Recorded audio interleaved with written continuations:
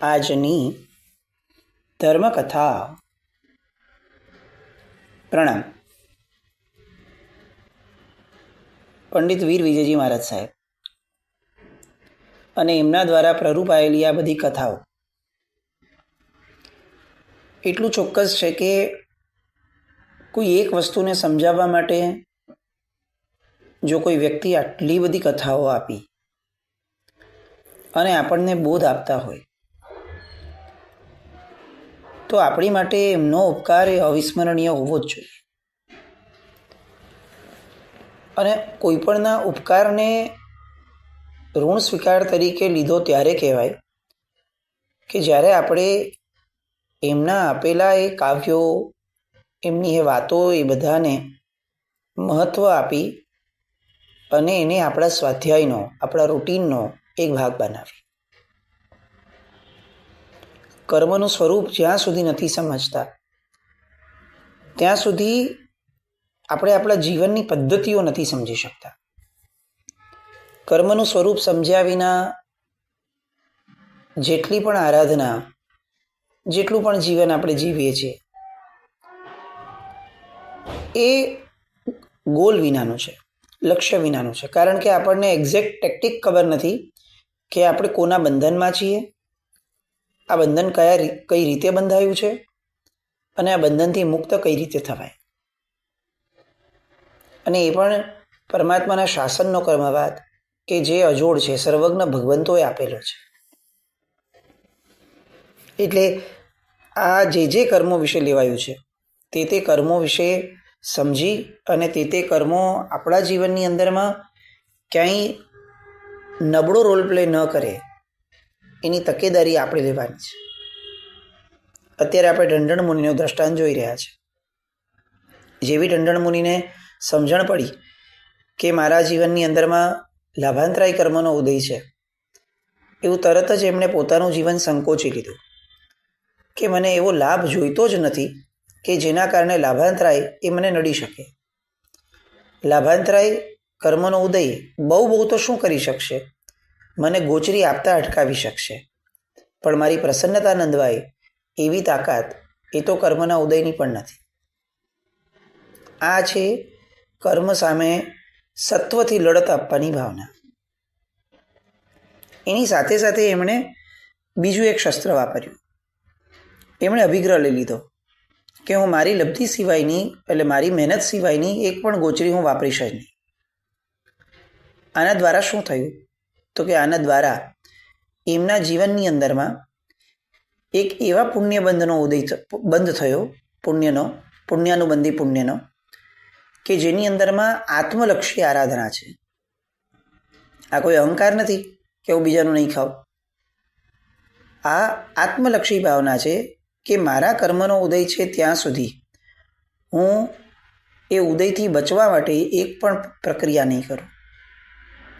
અગર મારા કર્મમાં એવું લખ્યું છે કે મને ભોજન નહીં મળે મારી પોતાની પુરુષાર્થની ધારાથી, તો કંઈ વાંધો નહીં, હું ભોજન વિનાનો રહીશ, પણ હું આ કર્મની સામે સરેન્ડર તો નહીં જ થાવ.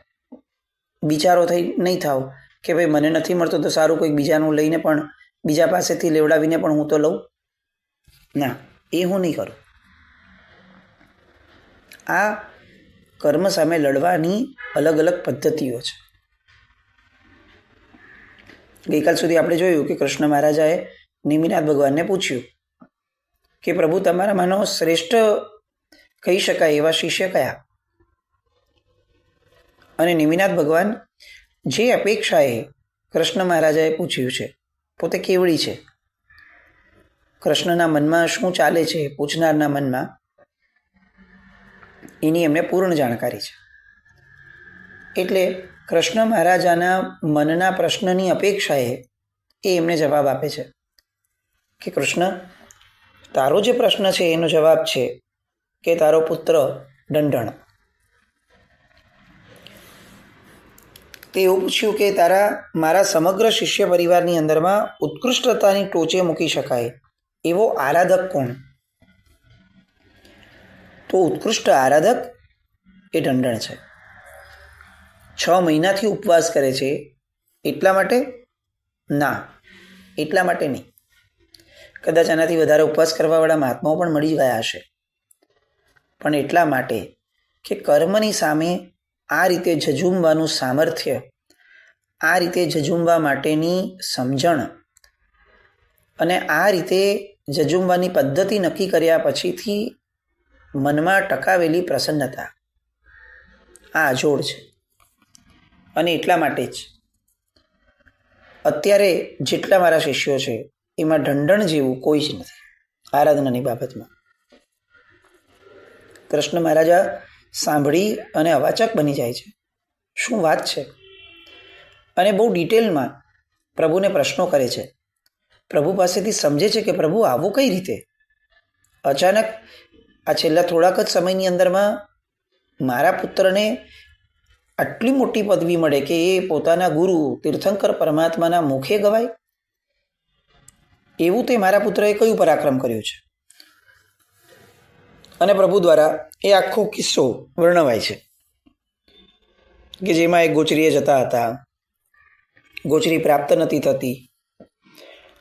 પ્રભુ પાસે આવીને એમણે પૂછ્યું અને પ્રભુએ જણાવ્યું કે ભાઈ તારા લાભાંતરાય કર્મનો ઉદય છે અને કર્મની સામે સરેન્ડર થવાના બદલે, કર્મની સામે લડવાના બદલે એમણે પોતાની જાતને પસંદ કરી કે હું કોઈની સામે લડવાના બદલે હું મારા પોતાના આત્મબળની અંદરમાં હું સમાઈ જઈશ.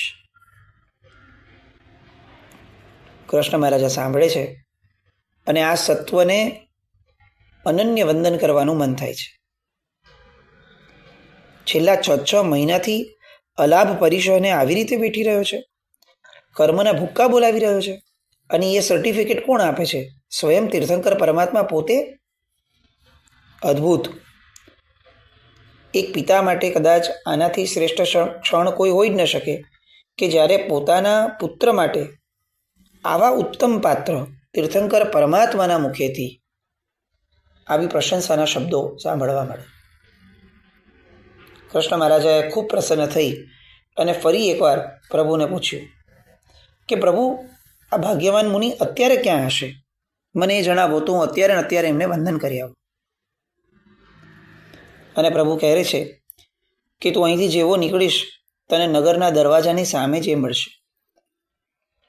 એ અત્યારે ગોચરીના પ્રયોજનથી દ્વારિકાની અંદરમાં જ વિહરી રહ્યા છે.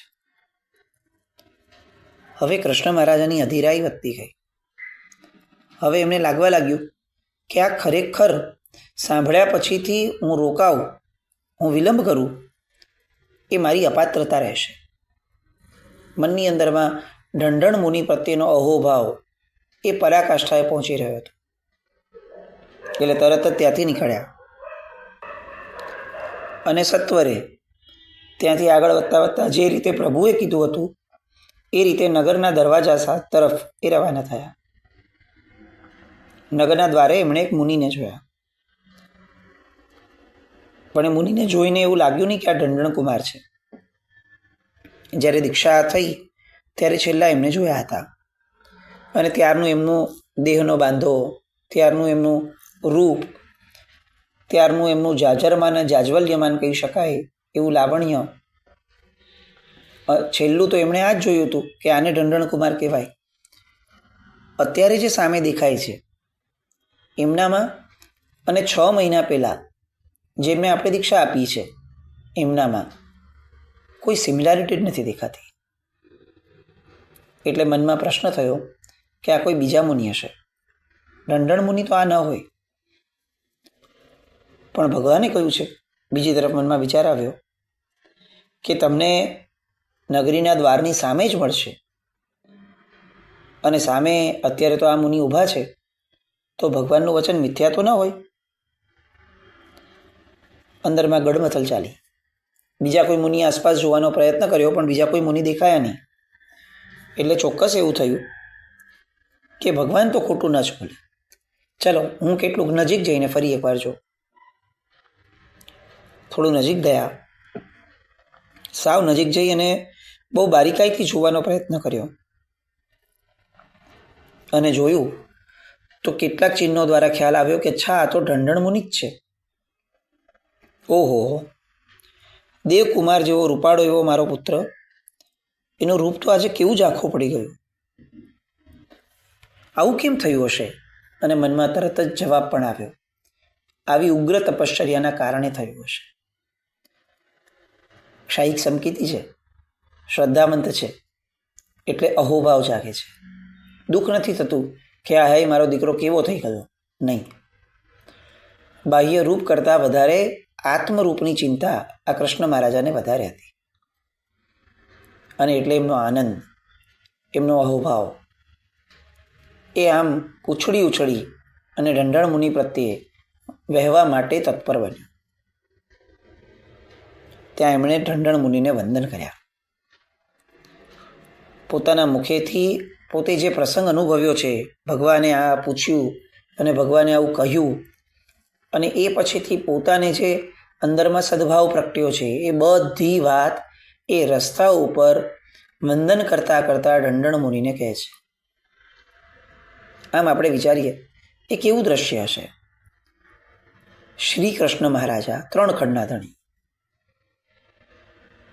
આટલા મોટા રાજા, એ કોઈ એક મુનિવર કે જેમની કાયાકૃષ થઈ ગઈ છે, એવા મુનિવરને રસ્તાની ઉપર નગરીના દ્વારની સામે વંદન કરતા અચકાતા પણ નથી.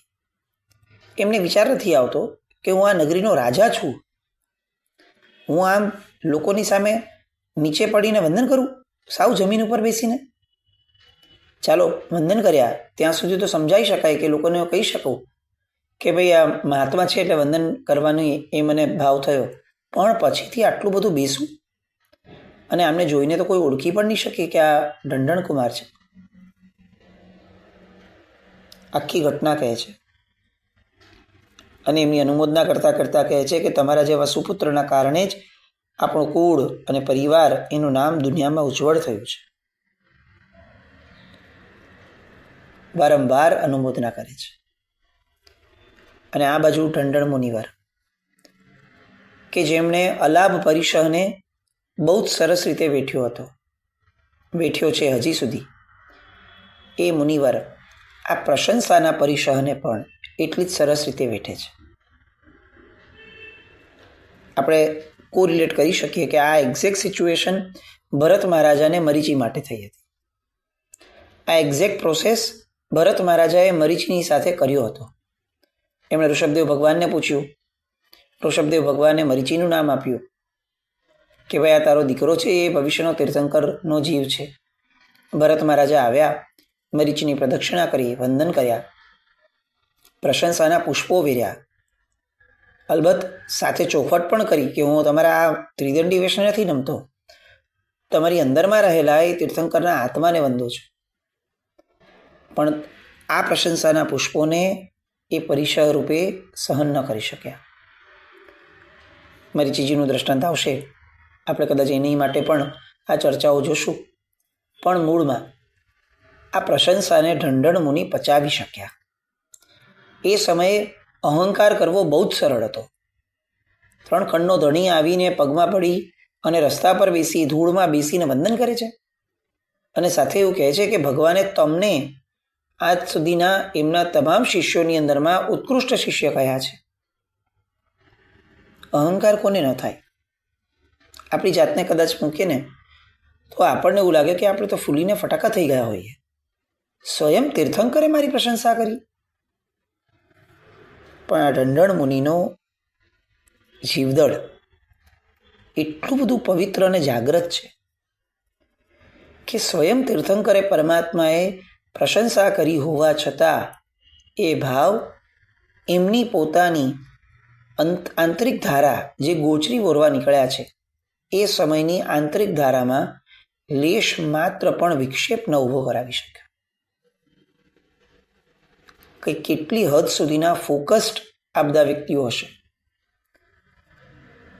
એમને એવો પણ વિચાર ના આવ્યો કે જો હું હમણાં આ તો ચાલો તમે તો હમણાં ગયા, હું તો ત્યાં જ રહું છું, એમની જ પાસે રહું છું, તો ભગવાન તમને એવું કહે છે, મને કેમ કાંઈ નથી કહેતા? બધાની સામે માંડલીમાં વગેરેમાં કંઈક ભગવાને મને કીધું હોત તો આ સહવર્તીઓને પણ ખ્યાલ આવત. આ અત્યારે તમને કીધું, કોણે સાંભળ્યું? કોઈએ નહીં. તમે અત્યારે મને કીધું રસ્તામાં વચ્ચે, કોણે સાંભળ્યું? કોઈએ નહીં. આનો શું અર્થ? આવી તુચ્છ ભાવના પણ નહીં. આ દ્રષ્ટાંતોમાંથી શીખવાનું ખરેખર આ છે કે આપણી પાચન શક્તિ કેટલી પ્રબળ હોવી જોઈએ. કદાચ કોઈ એક સારી વસ્તુ આપણા દ્વારા ઈશ્વરે કરાવડાવી અને લોકો કદાચ એની અનુમોદના કરી પણ લે, તો લોકોને રોકવાની વાત નહીં અને આપણે પોતે ફૂલાવવાની પણ વાત નહીં. ત્યારે સમજવું કે આ જે પણ છે એ પ્રશંસા એ શુભની દિશાની છે, એના દ્વારા થતો અહંકાર એ અશુભની દિશાનો છે. મારા દ્વારા આવી ચેષ્ટા ન થાય મૂર્ખ જેવી કે હું એક શુભનો ભાવ એને અશુભની દિશામાં લઈ જાઉં. આ સમજણનું સ્તર ઢંઢણ મુનિનો હતો અને માટે એમને એક વિકલ્પ પણ ન થયો. કૃષ્ણ મહારાજા અનુમોદના કરીને ત્યાંથી નગરી તરફ રવાના થયા. મુનિ પણ પોતે જે કાર્ય માટે નીકળ્યા હતા ગોચરીના, એ કાર્ય માટે આગળ વધ્યા. આજે પણ એમને નિર્દોષ ગોચરી ન જ મળી. પણ એક ઘટના બની. કૃષ્ણ મહારાજા જ્યારે દ્વારકાના એ ગેટ આગળ દરવાજા પાસે ઊભા રહી અને વંદન કરી રહ્યા હતા, ત્યારે પાછળના ભાગની અંદરમાં એક હવેલી હતી. એ હવેલીમાં એક શેઠિયો બેસવો હતો. શેઠિયાએ આખું દ્રશ્ય જોયું કે કૃષ્ણ મહારાજા એ કોઈ સાધુને વંદન કરી રહ્યા છે. એટલે આ કોઈ મહાન સાધુ જણાય છે. એના સિવાય કોઈ રાજા આવી રીતે રસ્તામાં પડીને કોઈને વંદન કરતા હશે? એટલે શેઠ તરત નીચે આવ્યા. પેલા મુનિ કે જેમને હજી સુધી કોઈ ગોચરી મળી નથી, નિર્દોષ, એમને વિનંતી કરે છે, સાહેબ મારા ઘરે પધારીને મને લાભ આપો અને મને કૃતાર્થ કરો. ઢંઢણ મુનિએ આ વિનંતીને બહુ સહજ લીધી, કારણ કે આ સહજ હતી ઘટના. એટલે એમની વિનંતીથી એમના ઘરે ગયા. એમના ઘરે સિંહ કેસરિયા લાડુ હતો. બધી જ ચકાસણી ઢંઢણ મુનિએ કરી લીધી કે આ મારા નિર્દોષતાના માપદંડમાં આવે છે કે નહીં, મારી ગોચરીના 42 દોષોની અંદરમાં આવે છે કે નહીં. એ બધી ચકાસણી કરીને બધી જ ચકાસણીની અંદરમાં એ ખરો ઉતર્યો શ્રેષ્ઠી. અને ઢંઢણ મુનિએ એ લાડુ ઓરી લીધો. અનેક મહિનાઓ પછી, 6 મહિના પછી એક નિર્દોષ ગોત્રી પોતાની લબ્ધિથી મળી અને પોતે લઈ ગોચરી ઓરી અને ભગવાન પાસે પહોંચ્યા. કોઈ ઉતાવળ પણ નથી કે આમ કોઈ વિનિંગ શોટ લગાડ્યો હોય એવો ભાવ પણ નથી. સહજ ચાલથી, સાહજિક રીતે જે રીતે રોજ આવતા હોય એ રીતે આવ્યા. પ્રભુ પાસે પહોંચ્યા, વંદન કર્યા અને બોલ્યા કે ભંતે, આજે મારો અભિગ્રહ પૂરો થયો લાગે છે. આજે મને મારી પોતાની લબ્ધિથી નિર્દોષ ગોચરી મળી છે. પ્રભુ આપ જોઈ જુઓ અને મને જણાવો. ક્યાંય ઠોકી બેસાડવાની વાત પણ નથી કે મને મળી ગઈ, ચલો વાત પૂરી થઈ.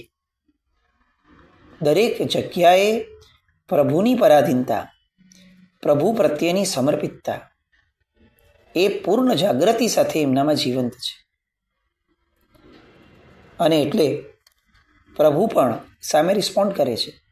પાત્ર જીવ છે, કેવડી છે, એમને કંઈ એમના પ્રત્યે વધુ લાગણી છે એવો તો કંઈ પ્રશ્ન નથી. પણ સાહજિક રીતે જ્યારે આવી વાત મુકાઈ છે અને પ્રશ્ન પૂછાયો છે એટલે પ્રભુ જવાબ આપે છે કે ના ઢંઢણ, એવું નથી. આ તારી લબ્ધિથી મળેલી ગોચરી નથી, આ શ્રી કૃષ્ણની લબ્ધિનો પ્રતાપ છે. ઢંઢણ મુનિ વિચારે છે કે એવું કેવી રીતે હોય? આમાં કૃષ્ણ મહારાજા તો ક્યાંય પિક્ચરમાં જ નહોતા, એ તો વંદન કરીને વયા ગયા એ પછીની આ બધી ઘટના છે. અને ત્યારે પ્રભુ એમ કહે છે કે એમણે જ્યારે તમને રસ્તામાં વંદન કર્યા એ જોઈ અને પેલો શેઠ પ્રભાવિત થયો અને પ્રભાવિત થયેલા એ શેઠે તમને ગોચરી વહોરાવી છે. ગોચરી વહોરાવાના આશયની અંદરમાં તમારા પ્રત્યેના સદભાવ કરતાં કંઈક ઘણું વધારે ભાવ કૃષ્ણ મહારાજાએ જે કર્યું એને ફોલો કરવાનો, એ કૃષ્ણ મહારાજાએ જે કર્યું એને પાછળથી પ્રતિભાવ આપવાનો છે. તમને ગોચરી વહોરાવવા દ્વારા એ તમને નહોતા સેવી રહ્યા, એ કૃષ્ણ મહારાજાને સેવી રહ્યા હતા. કે ભાઈ આટલા મોટા મુનિને અગર હું વહોરાવીશ અને એ વાત પછી હું કૃષ્ણ મહારાજાને કહીશ તો કૃષ્ણ મહારાજા ઘણા તુષ્ટ થશે. એટલે ભીતરના ભાવની અપેક્ષાએ જુઓ તો આ તમારી લબ્ધિથી મળેલી ગોચરી નથી. જે વસ્તુ ઢંઢણ મુનિ સમજી નતા શક્યા એ વસ્તુ હવે કૃષ્ણ મહારાજાની આખી આ ઘટના પ્રભુએ જણાવી. અને આ ઘટના સાંભળ્યા પછી હવે ઢંઢણ મુનિ શું કરે છે એ વાત સાંભળવા માટે આપણે એક દિવસની રાહ જોવી પડે. પણ આખી ઘટનામાં આપણે સતત આપણી પોતાની વૃત્તિઓને ચકાસતા રહીએ. એવું કંઈક થાય એ વિશ્વ મંગલ કામના સાથે જીનાજ્ઞા કંઈ પણ બોલાય તમે છામી ટુકડમ જૈનમ જયતિ શાસન.